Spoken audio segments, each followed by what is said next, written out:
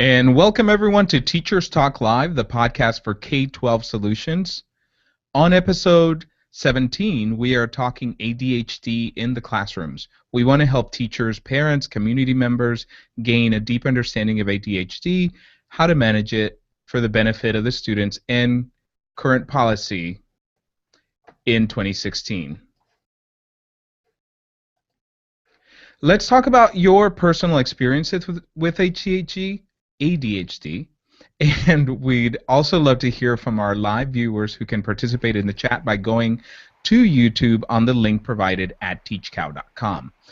The four main questions I'd like to address with the panelists today are the following. What do ADHD accommodations look like at your school, and what should they look like? What should parents know about ADHD, its diagnosis, and their child's rights at school? What are the biggest misconceptions of students suspected of having ADHD or students with the diagnosis? And then how do students with an ADHD diagnosis qualify for 504 accommodations or special services? And what's the difference?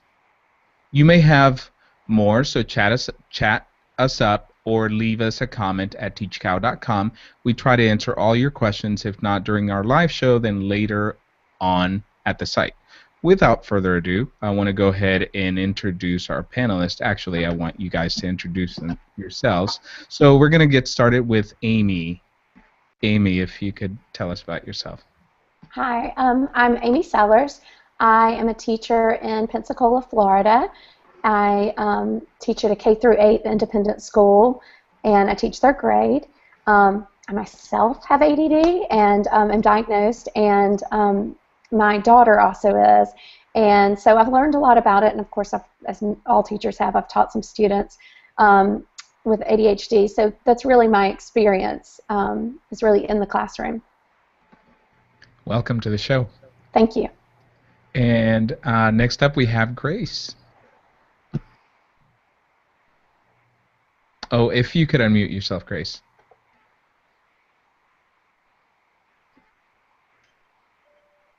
I'm Grace Wilhelm. I'm a counselor in Jacksonville, Florida. I'm a nationally certified counselor, and I have experience in mental health and as a school counselor.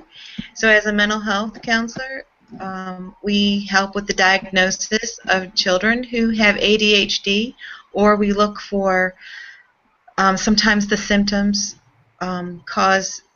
sometimes what they are experiencing are symptoms of other types of disorders. And in the school setting, we help the teachers with accommodations to help the kids in the classroom.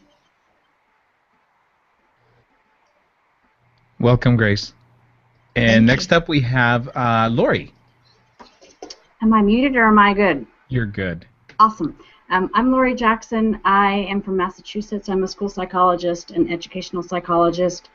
I have been working in schools for 15, 16 years. Right now I'm not in a school setting, but that's pretty much most of my experience. And so I have worked with tons of kids and teachers and families with lots of different diagnoses and multiple diagnoses, including ADHD, and a lot of the time they're really the tough cases where they really overlap. And so primarily my experience has really been trying to figure out how you tease apart the different, how you set up a good plan for kids to meet.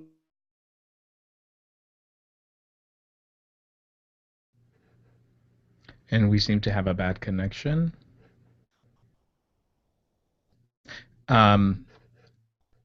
So, Lori, we missed that last part. Can you tell us? Where did I leave you? Everything went still. So I think my last comment was just that primarily I'm involved in trying to tease apart the different pieces of the diagnoses and then figuring out how to put a good plan in place. Ah, great. I can't wait to hear more. And then we have Zach. All right. Hi, everybody. My name is Zach Clancy. I Pardon me. I have a lot of experience, background teaching special education. I also have ADD. Was diagnosed 22 years ago or something myself. And so I have about 13 years of experience. Also, like I said, educating. Adolescents with ADD. I worked at a summer camp for kids with behavioral problems for 8 years, and a majority of them had ADD, ADHD, something along those lines. And now for the past 5 years, I've taught special ed in the classroom, first at an elementary school and then at a middle school, high school. The elementary school was for kids with severe to moderate cognitive issues, and the middle school's kids with affective needs. But there's definitely some kids with ADHD in both those situations. So that's sort of where my background lies in as far as education and ADHD goes. Great, welcome. So first thing I think about is, what is the difference between ADD and ADHD? So if anyone could start us off. I was going to say that my daughter was one of the. She has ADD, and I believe I do too. Even though I'm a little high, maybe I don't. I don't know, but my daughter definitely does. And she happened to have her second grade teacher was the one who diagnosed her. Or I'm sorry, didn't diagnose her. First noticed there was an issue. She didn't do great in school. But the teacher happened to be a friend of mine and had known my daughter since she was very young, and was like, she's a really bright child. That's not translating in the classroom, and you need to have some. Let's take some steps to figure out what's causing that. And when we finally did go through all the steps, the psychologist I was working with said, girls like your daughter who just sit there and quietly don't get it. Don't usually get noticed until 4th grade when they start really nosediving. She said, you're really lucky that you had a teacher who was perceptive enough to notice there was an issue with your child before, because I think it's a lot easier for everyone to spot the kids with ADHD, or at least have some clue that something's going on with them, even if you don't know that's exactly what it is, because they're all over the place and they're interrupting. But a lot of times children with ADD are just politely sitting there clueless about some things, and then other things they aren't, and it's easy for those, especially I think girls, to be looked at as just they're not that bright, and it takes a really perceptive teacher to realize there's more going on than that. Right. So what are the ADHD and ADD accommodations that you apply in the classroom, or that you should be applying in the classroom? Anyone? Well, at our school, the accommodations that we help children with are, sometimes they need extra time. Sometimes they need, the teachers need to clarify directions and things that are going on, ask the child to repeat the directions back to them, and they need help being organized, help with their planner or their agenda, writing down assignments, and having a way for three-way communication between the teacher and the parent and the child, so that they all know what needs to be completed at home that was not finished at school, and things that are coming up, maybe notes that are going home, so the kids remember to bring the notes home to a parent, so that communication is always open. Nice. So Amy mentioned about her daughter at school, and it makes me think about teachers in general, and how do you go about what kind of things can you see in a child, if from a teacher point of view, that could alert you to ask the parent to look further into it, like in Amy's case? So what kind of warning signs?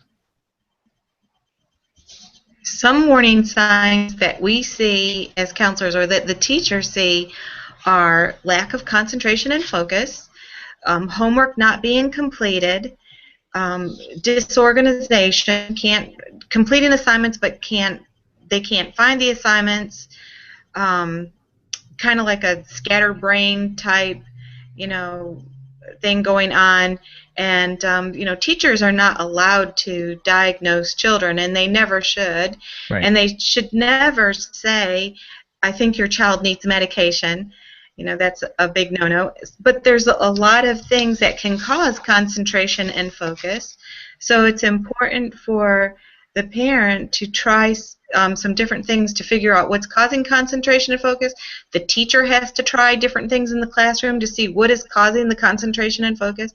Is there something that the child's not getting, or there are interventions that the teacher's trying that are working, and what is working, and interventions the teacher is trying that are not working, and then documenting what is not working so they can better help the child. So if we have accommodations that are not working, we can proceed with that kind of documentation into multidisciplinary resources with the school psychologists, other teachers, to build interventions or try interventions that could work. And if not, we can proceed to special education type needs, and sometimes children with ADHD get an IEP, an individual educational plan for special problems, and ADHD would be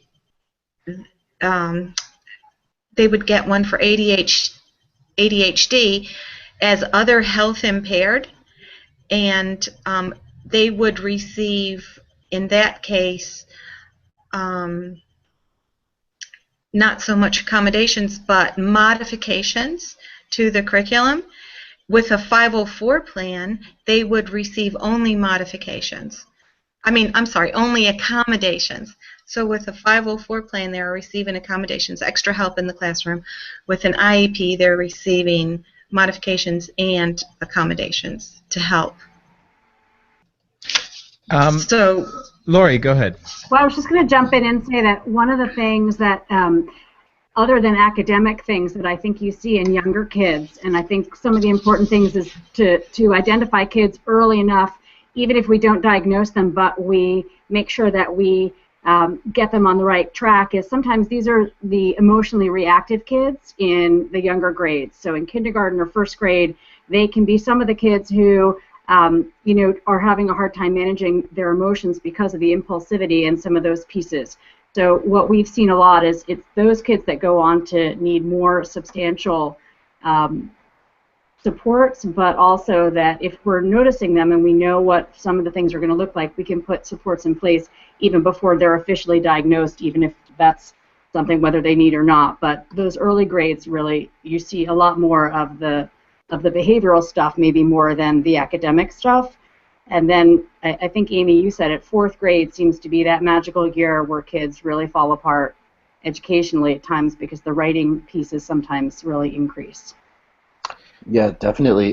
Just to bounce off kind of what Grace and what you just said too, Lori, it's as far as accommodations you could be making or just things you can be doing in general to helping students in those early grades, especially before the diagnosis is official, like as we were saying, classroom teachers, obviously cannot make diagnoses, but we can be just making lots of observations, recording that data, and it'll be that much more helpful not only for the diagnoses, but then moving forward with the 504 or the IEP, developing goals and benchmarks for excuse me for measuring those IEP goals.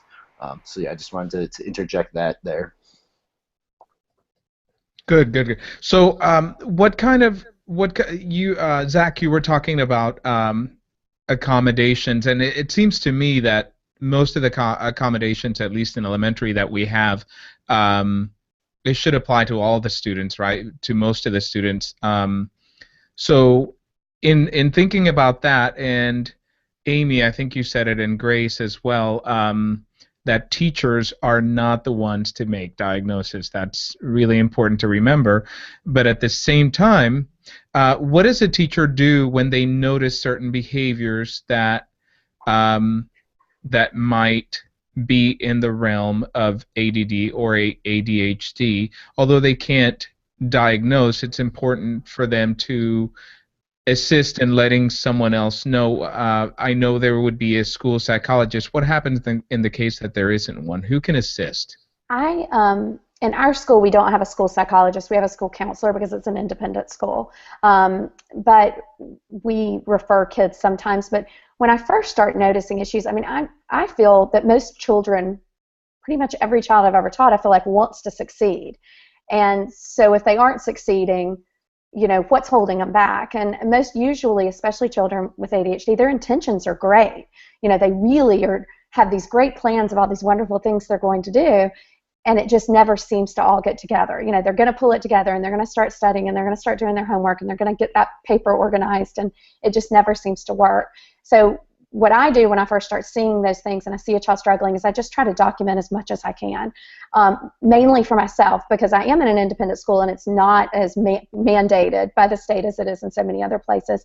I try to keep everything documented so that if we get to the point where they're being evaluated by a psychologist, I have a lot of information to hand over that's not just, oh, well, this is what happened 2 days ago, but that I've been documenting it. And I start letting parents know about things, not with, you know, jumping out and saying, I think that you need to have them evaluated at first, just this is what I'm seeing.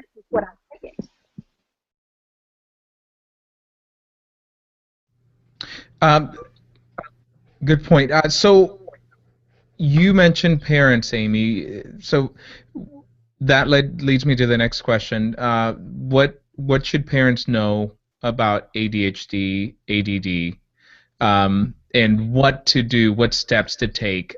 Because, you know, as a teacher, as a classroom teacher, once again, you're limited in what you can do, and documenting it is a very important piece.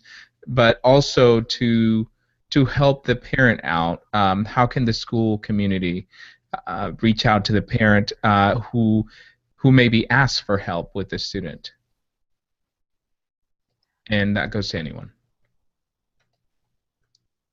I think one thing that there's a couple of things that I like for parents to know. One is I think there's a stigma with medication, and it's not that it's always the answer or always the best answer, but it is one of the answers. And I think if parents, especially in really young children, have not really young, but elementary school age children, have to keep an open mind about that it really may be what's best for their child. It may not be, but that I think tends to be a stigma. And I always tell parents to trust the professionals. You know, I'm not an expert in ADHD. I am just a classroom teacher, but if I see a child struggling, I want to help figure out ways to help them. And so if that involves, have them evaluated. If you don't trust what the psychologist said, I mean, I've had parents just completely throw out the window what the psychologist said. Find another one. Don't just ignore it. Find another psychologist and see what they say. And it might not be ADHD. I mean, I've had a student that I felt sure that's what it was. The parents went to be evaluated, and they came back and said it was anxiety, and it was completely different and everything. So I mean, teachers can't diagnose, and we shouldn't be because we don't have the training. But parents need to. I would like for all parents to know that they need to find the right people who can, and don't stop calling people or bothering people until you find the right people to help your child. Lori, you wanted to jump in? Well, I just think to that point, I think that parents are the best judges of what goes on at home, and teachers are the best at what goes on at school. So it's a partnership between the two. But I think the point being that at times it's tough to differentiate. So I think you need to be a really good detective both at school because, like Amy just said, the disabilities and the different diagnoses overlap so often that it's so difficult at times to tease out. So really what you at times want to be doing is looking at symptoms, trying to figure out if it's what it's telling us, but also treating those in addition to then trying to be a good detective to differentiate a diagnosis. But I think parents completely need to keep at teachers work as partners as opposed to sometimes it's the teacher's issue or it's the parent's issue. So those are tough situations, but the partnership is the best way. And I think it's important for teachers also, you might agree, to, if they see something that that is happening in the classroom that could be related to that, to also look in their past records to see what has been happening in previous years. Those records are like an incredible source, and I can't get over the amount of times I've said to someone, well, what's happened in the past? And they've been like, oh, the past. And you're like, yes, so important. So those cumulative records in the offices are like the best places to start out. That's where we always start. So history is a good indicator sometimes. Yeah. Zach, you wanted to add? Oh no, I was just I was agreeing with what Lori was saying. I didn't really have anything to add, but yeah, I mean, I just that's very helpful. I would say also, if you do get a student who already has been diagnosed ADD, and they do have that 504, that IEP, just to sort of bounce off what Lori was saying, looking into those records is really important. It can be, really enlightening. You see, just all sorts of interesting correlations. Just as an example, I teach middle school, and oftentimes we'll see, we'll do grade level testing to see where a student is, in a certain subject, and then, that will, for example, strongly correlate to when they were first diagnosed with ADD. So that's just things that you wouldn't know unless, like you're saying, you're digging into those files. But by doing so, it gives you, that much more information to decide, what sort of tools you're going to need, what sort of, way you would want to accommodate for this student. Perhaps what sort of, skills that you think the student has, and what sort of, weaknesses or, areas of improvement toward which you can, be catering under the student's 504 or IEP. Zach, how does it manifest, or does it manifest differently in the middle grades as opposed to elementary?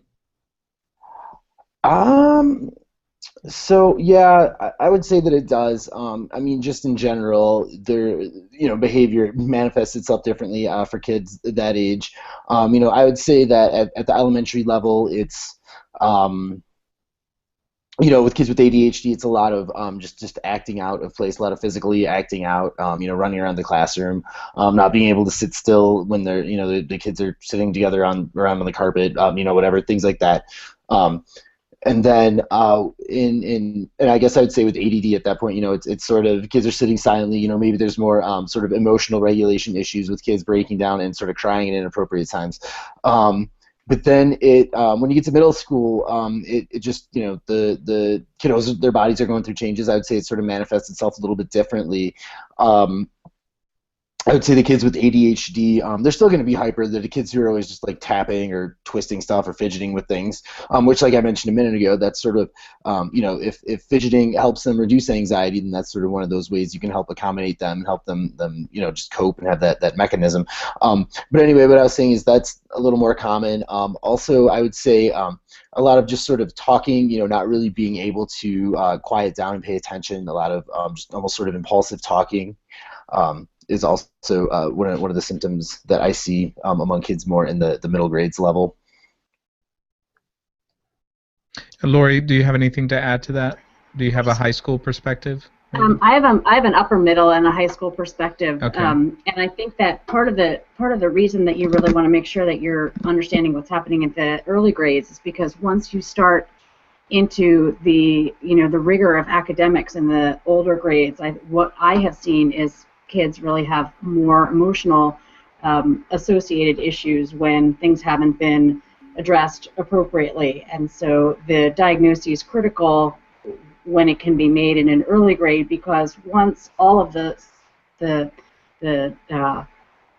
pile-on, I guess, of academics and social and all of the other pieces, and they're going through so many different things, it's just a tough time of life anyway, and so if you add a diagnosis on top of it, it can be really challenging. So, the critical piece, as the work really increases, it becomes even more challenging. So, even more important to really get good supports in place.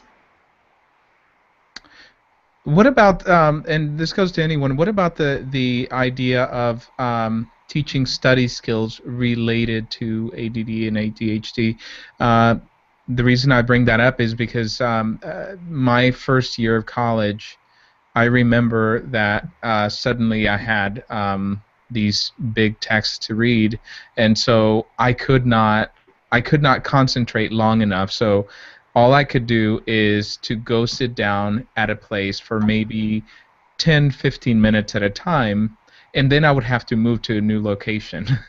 But I learned that about myself. You know, I was mature enough to know that about myself, and so that's the skill that I applied. I could go to one place and be there for a time, and then go to another place, and I could study that way. Is there stuff in elementary and middle school and high school that is applicable?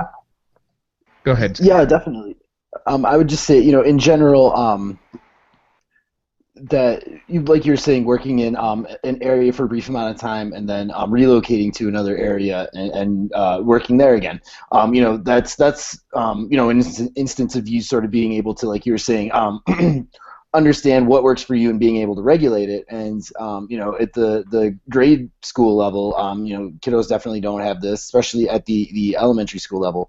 And so I would say, a lot of it is sort of teaching them those almost kind of tricks like that. Sort of two things that kids with ADD struggle with is, one thing is getting started, and then the other thing is taking a break when it's appropriate. It'll take them forever to get that ball rolling, and then when they do get it rolling, they don't want to stop because they're afraid it's going to take them forever to get that ball rolling again. But then the problem is they don't take breaks. It's like they won't take like a brain break sort of, and then as a result they get burnt out. So it's just sort of reminding them, staying on task, like reminding them to helping them get started, and then helping them to take those breaks and get back on track again. I would say are things that you can start doing at relatively young ages. Amy, did you want to add to that? Oh, you're on mute. Yes. I think that especially in the elementary grades, and I think teachers are doing a better job of this now that we're learning more about how children learn in different ways and need different kinds of accommodations. I know my classroom now has flexible seating, so kids can sit on the floor, kids can sit, at a high table, they can stand while they work, and it's very free to do what they want. But at the same time, because like Zach said, elementary age children aren't really old enough to completely monitor that yet, so you have to check in with them a good bit, and I have to conference with, my child that sits on the floor but just rolls around all the time, so it's really not a good place for him, but he likes it, but it's not.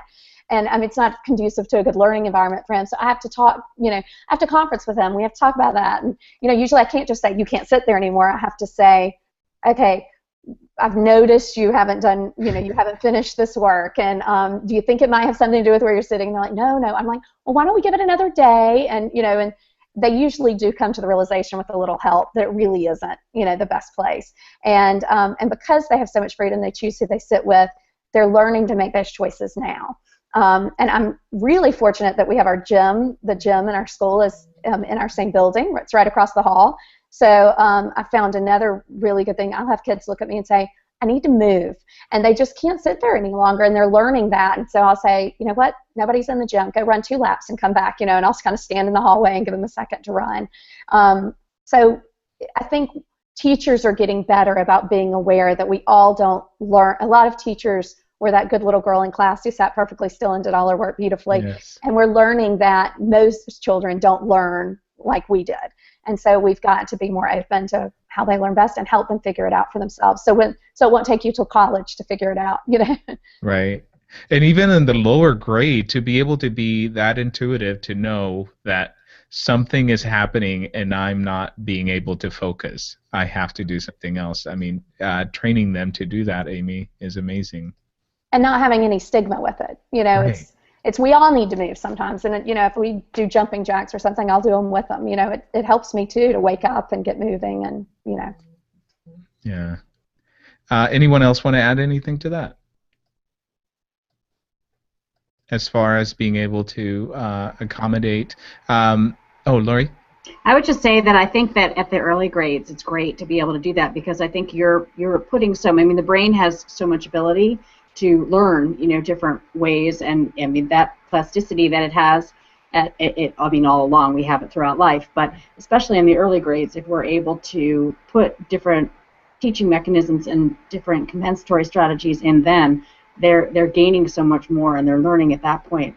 So by the time they get to middle school or even high school, there's so much that we've done already, and it's great to be doing that. And I think you're right, Amy, totally, that teachers are really more able to do it. It's a freer environment in the elementary school. Once you get to middle school, which is the work is so intense at that point in so many schools, especially in Massachusetts, that they've got to sit and they've got to work, and hopefully they figured it out by then. But it's tough at that age.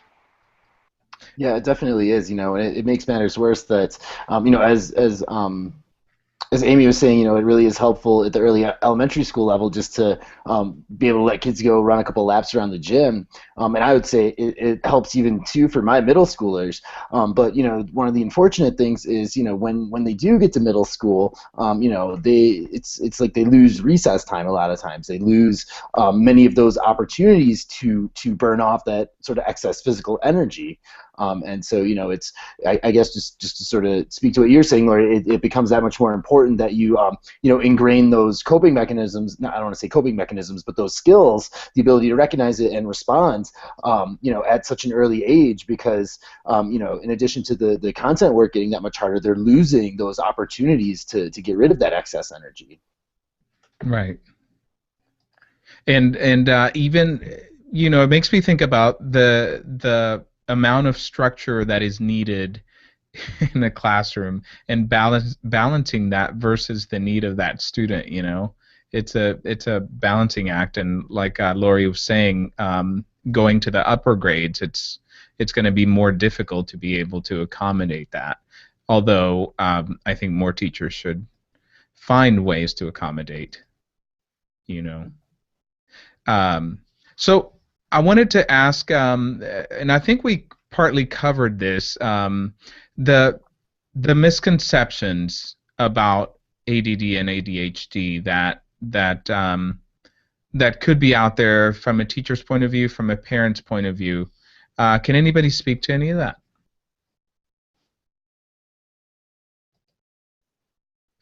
Grace? And by misconceptions, what do you mean by that? Just being able to identify a student that's not.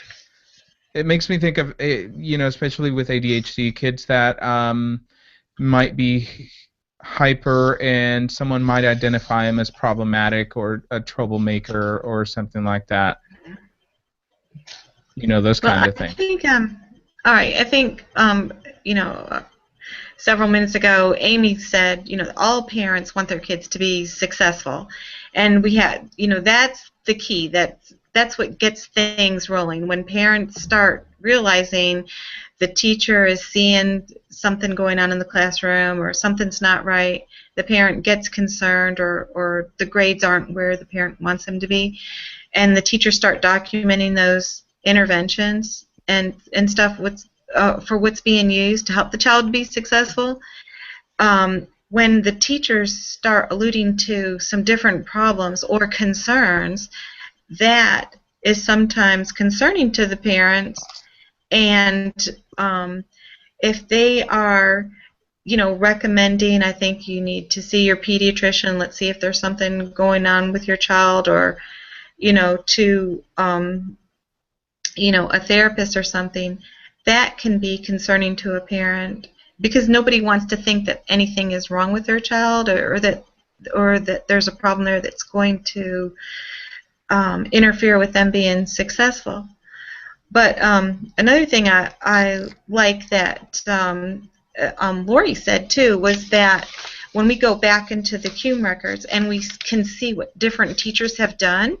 So if we have elementary teachers who are keeping really good records and they are in the cumulative folders, and we can see interventions that are being used, we can use those in the middle school too. Because one big thing that we look at is that, in the elementary schools, they just have 1 or 2 teachers, and in the middle school, they could have 6 to 8 different teachers. And some kids work better in the morning, and some students work better in the afternoons. And those are things that elementary teachers easily see in their students, but for middle school teachers, it's very difficult for them to see because they're seeing the child at the same time, every day or every other day. So, but anyways, I think some of those misconceptions are, parents don't want to think that something's wrong with their child, or they don't. Uh, they might be apprehensive to get help or to seek some kind of help because they don't want to think. They want to blame the teacher first. That something's wrong with the teacher or the instruction or the curriculum. They want to try to go a different way first, but so we have to alleviate parent fears when we talk to them about things that we're seeing in the schools. Which leads me to the next question that everybody has touched on already, and that's the stigma. The stigma behind any ADD, ADHD diagnosis with the student and with the parent. So how do we address that? How do we alleviate that stigma? Because as a teacher, I've run into it a lot of times with my parents, and it's a difficult conversation to have. Once they go get the child checked out and there's a diagnosis, and or before that, if there are issues like Grace, you were saying, if there are several issues, but the parents don't want to recognize that, they may not want to recognize that because of a stigma. So how do we address this stigma? Because it is a mental health impairment, and it is a disorder that will be with the child for the rest of their lives. But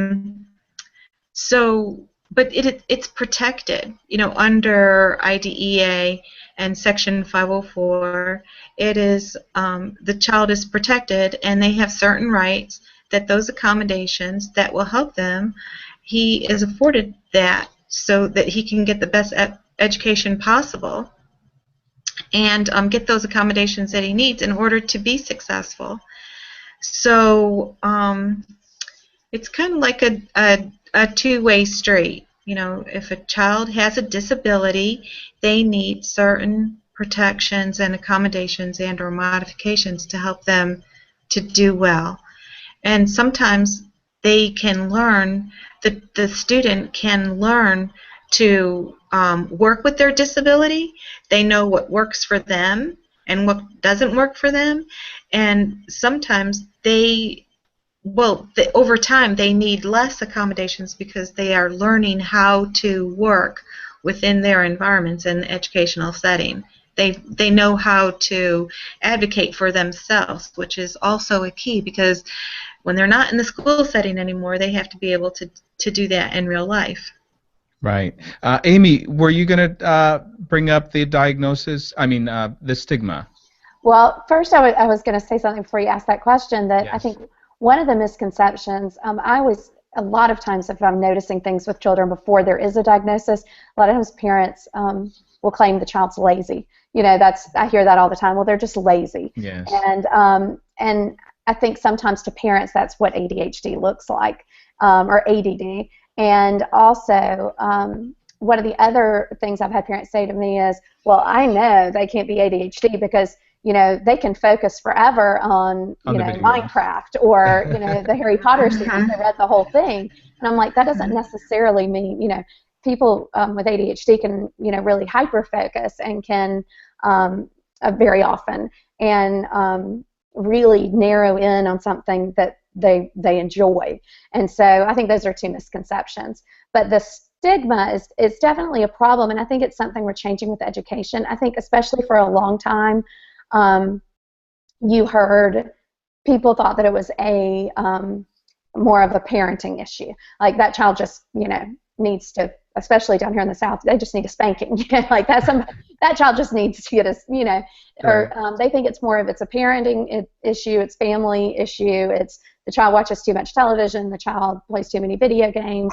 And we know now, because there's been so much research done, that it really is neurologically based and genetically based, and the environmental factors they've ruled out, there have been studies after studies. So I think getting that message out there and more parents realizing that would help with the stigma. Good. Zach, do you have anything to add to that, or Lori, or Grace, as far as the stigma? I was just I gonna, will. because it's so prevalent. Lori, and then Zach. I was just going to say that, my experience is opposite this. And so maybe because of the state that I've always worked in. So Massachusetts seems to be a state where I'm often asked for that diagnosis as opposed to another diagnosis. So I've worked in populations where kids have been really very involved. We've been rolling out an autism spectrum diagnosis in addition to an anxiety diagnosis, in addition to an ADHD diagnosis.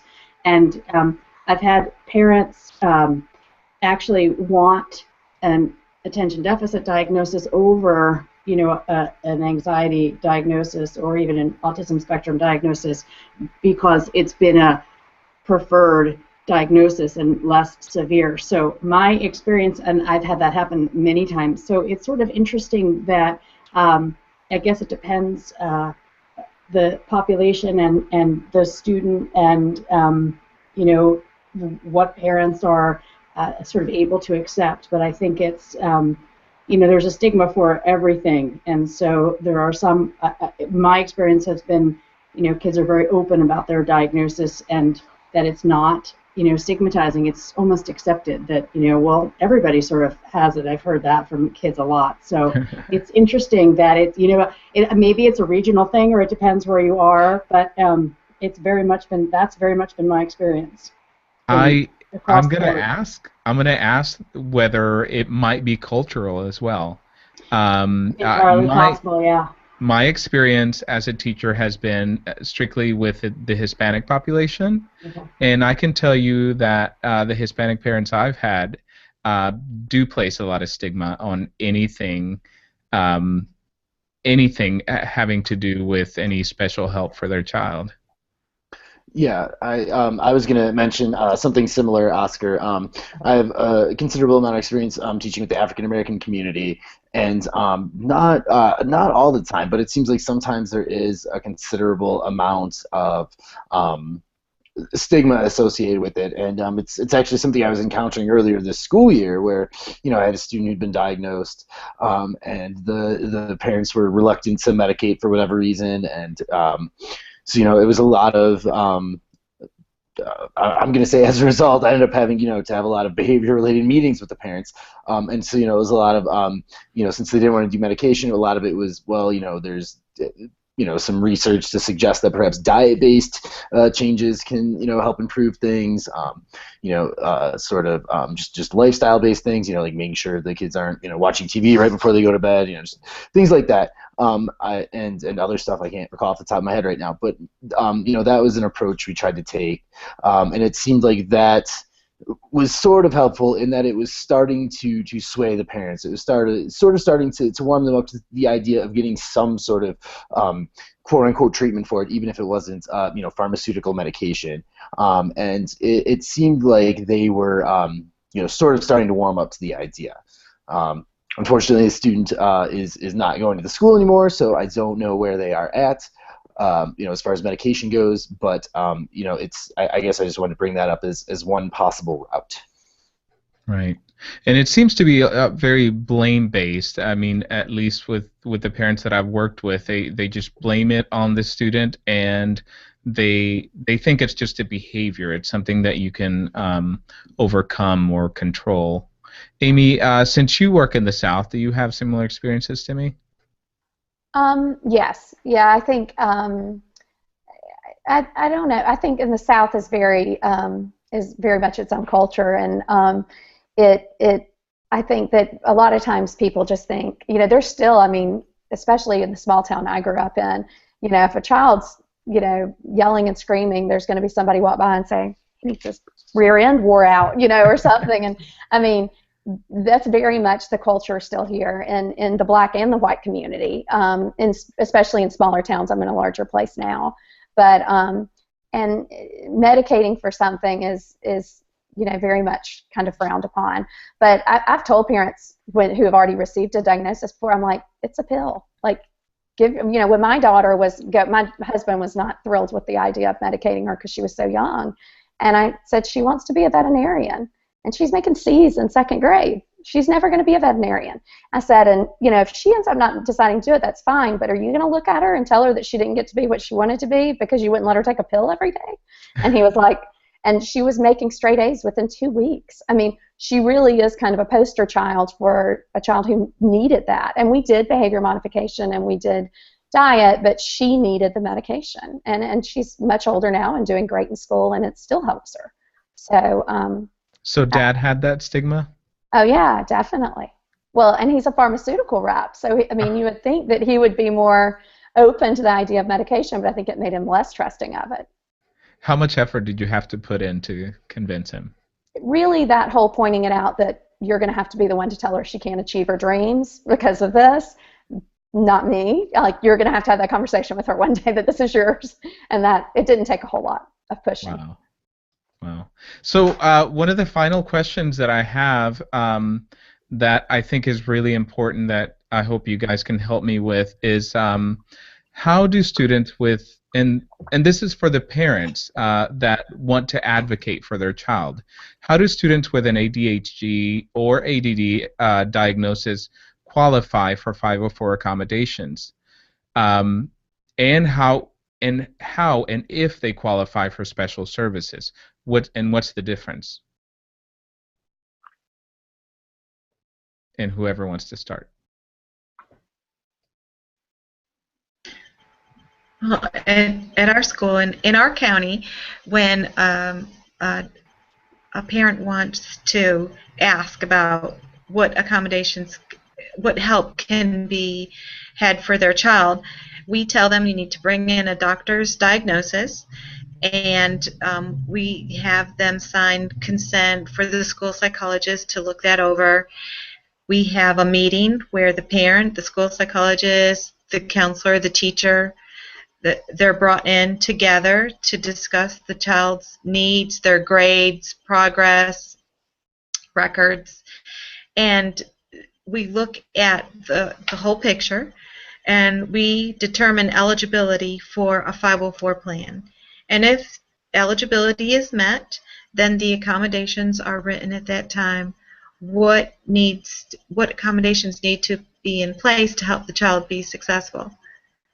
Another route would be if a child needs modifications to the curriculum, then we need to look at special education and getting an IEP, because the modifications can be written into the IEP. And how does a parent know to ask for these things to be able to advocate for their child? It makes me think about what about testing? What about assessments that are given in the classroom, end of year assessments, that sort of thing? How does a parent know what to do and how to best advocate for their child? It usually is the teacher or the teachers. They will tell the parent, I think we need to do something to get some extra help for your child, and they will make a referral to the guidance counselor or the school counselor, and the parent will come and see us about next steps to do, and then we can talk about the different types of eligibility for different programs. Before even we do a 504, we might go through response to intervention to see how the child is responding to different things that are already happening. So a lot of teachers, they're using best practices. They want their students to be successful. So we have to take a lot of things into consideration. Plus, if we look at the Diagnostic Statistical Manual, where the diagnosis for ADHD comes from, the onset is before age 6. So I think we see some different things. So when children are diagnosed young, they have the problems with concentration, with focus, with hyperactivity, some different things like that. And it might not be, concentration and focus. It might be the hyperactivity mostly that they're seeing. So, but when kids are diagnosed, or when we're looking at different things with concentration and focus, and say it just starts in middle school, they didn't see those problems in elementary school, but now, say in 6th or 7th grade, they start seeing those things. We have to take other things in the whole picture into consideration, like what happened to cause those differences in the education. So sometimes when we look at the whole picture and all the records, we say, oh, this child, they made really good grades from first grade all the way through fifth grade, but now all of a sudden they're falling apart. Right. Maybe there's a lack of organization because of all the different teachers that they have, or the schedule's different. So sometimes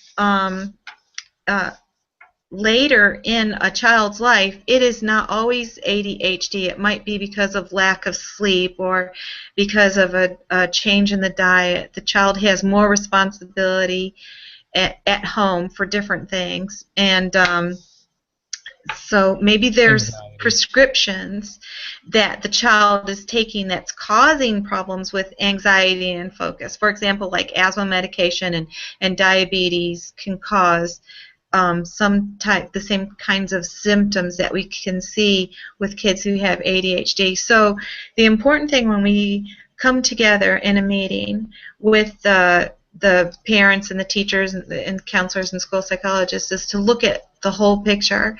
And sometimes we have to recommend that a child sees the pediatrician, or we have to rule out certain things. And if a child is diagnosed with ADHD, and they are not doing well in school, then we have a basis to write a plan for accommodations to get that extra help in the classroom. Right. Lori, did you want to add to that? I think the one thing that I would add, and I say this to parents all the time, is that if you think there's something that's not going the way it should, and you suspect that there's an issue, then speak up, because there's nothing more important than your insight and your sort of gut feeling. And I tell them a story about my own daughter when she was younger, and she had an illness, and I knew it was something, and the pediatrician said, no, she's fine.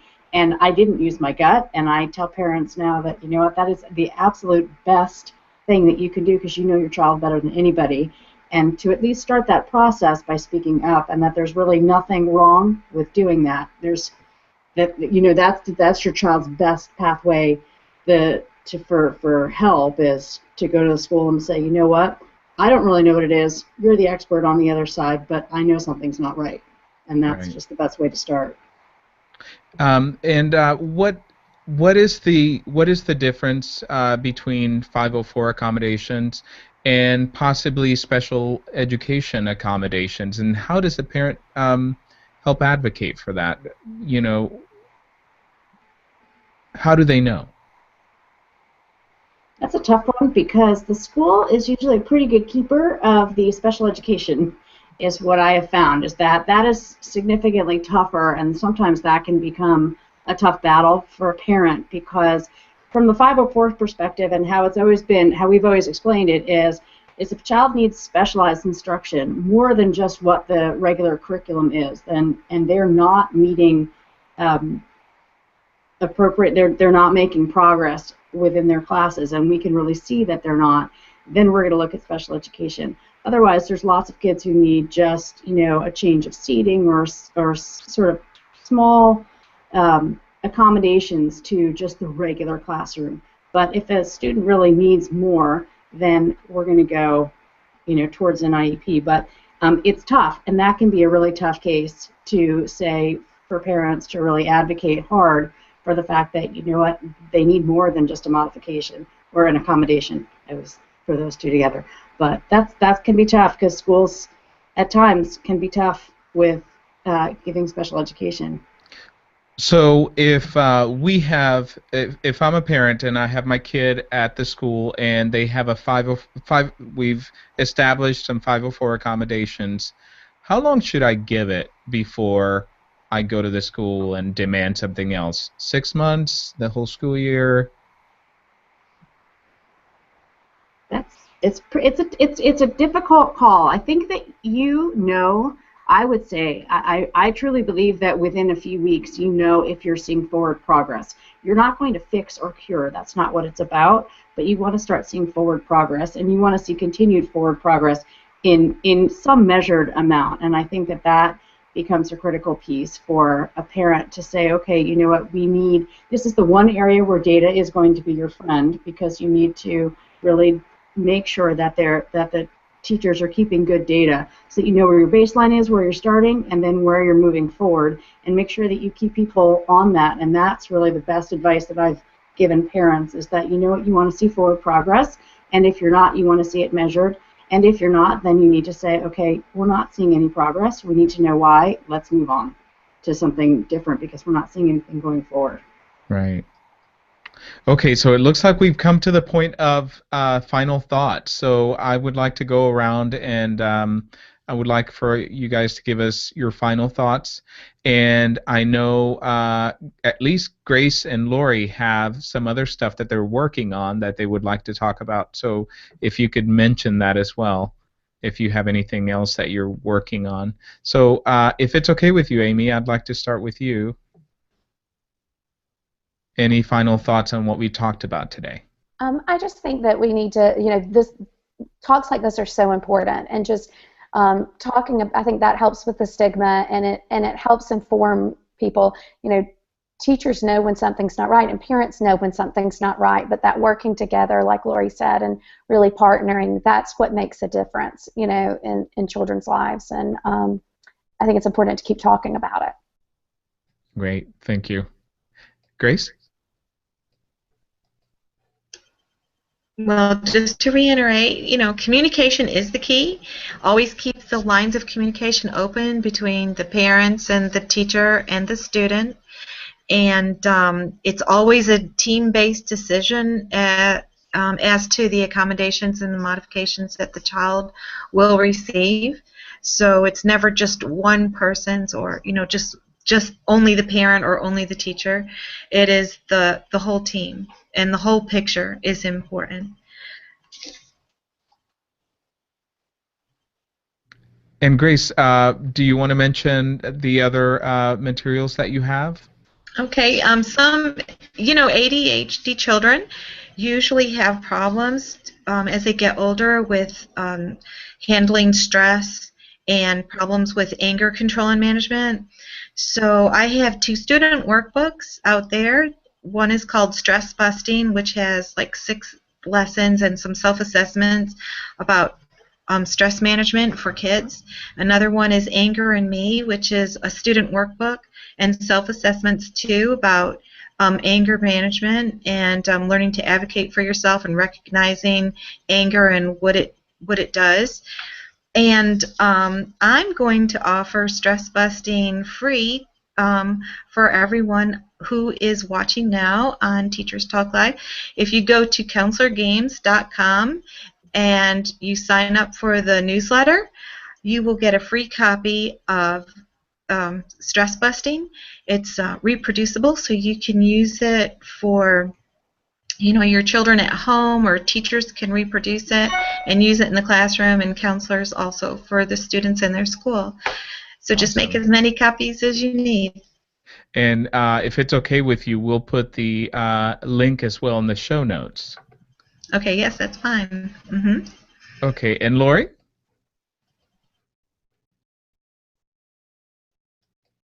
You're muted. Sorry, now I'm unmuted.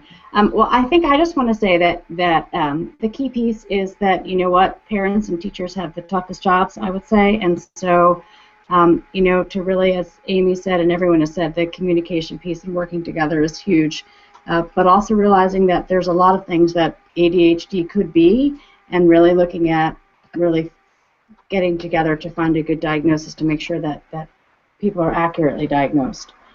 So I guess those would be my final thoughts.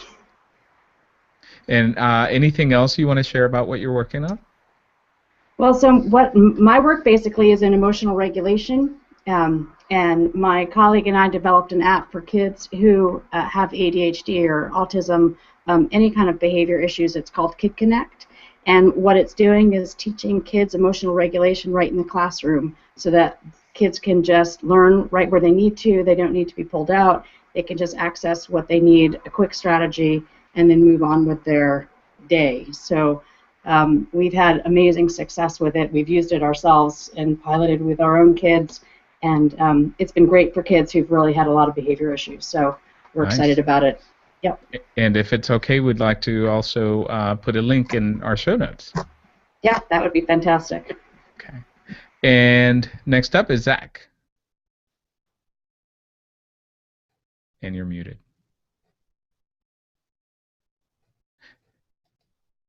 And Zach, you're still muted. There we go. So I guess just to bounce off what other people have been mentioning in our concluding remarks here, I think that as far as really helping advocate for kids with ADD, ADHD, communication and collaboration among teachers and parents is something that's really important. And I would also say that to sort of bounce off what Amy mentioned, I also feel like communication and collaboration among educators is important. That's why I think it's really great that people are able to participate and do what we're doing here, to sort of operate outside of the immediate school setting, but still operate as teachers, concerned with sort of educational issues. And so I don't really have anything I am promoting right now. But I am I'm a doctoral candidate at the University of Northern Colorado, and I'm actually about to start working on a dissertation about sort of this very subject, teachers who collaborate and communicate with each other outside of the classroom. So this has been a wonderful experience as always, and I look forward to hopefully being on again soon. Thank you, Zach. Anytime, and the same goes to all of you. So I want to thank you all for being on Teachers Talk Live, and remember to go to teachcow.com to access the show and other shows as well. Thank you, everyone.